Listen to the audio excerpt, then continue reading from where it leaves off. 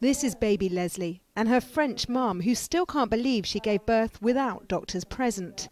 Not a single one of her friends back home have had a natural midwife-led birth. Claire was like, I'm not going to be able to do this. But and the midwife like, well, one step at a time. What do you want? Focus on your breathing. It doesn't mean it's easy, but I think it was worth trying, and I'm happy I actually went through it and see my beautiful baby. So. Here at the Rosie Birth Centre, if anything does go wrong, midwives can simply send mothers to the hospital delivery unit next door.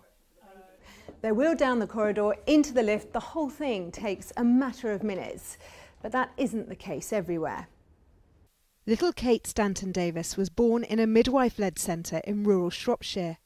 She died a few hours later. An inquest found she could have survived if obstetricians had been nearer. If the midwife had exacted a transfer as soon as she became aware that Kate was poorly, Kate could have been transferred, she could have been treated and she could have lived, again, without damage. However, the midwife was absolutely out of her depth. Midwife-led births still make up the minority. Of the 700,000 babies born in England and Wales last year, 9 out of 10 arrived in hospital, ultimately under the care of an obstetrician.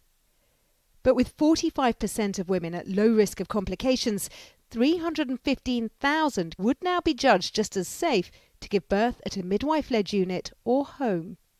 I think women are reluctant to give birth out of hospital because they firmly believe that hospital should be the safest place to give birth. In fact, for women who have no problems in their pregnancy, we now know that this actually isn't true.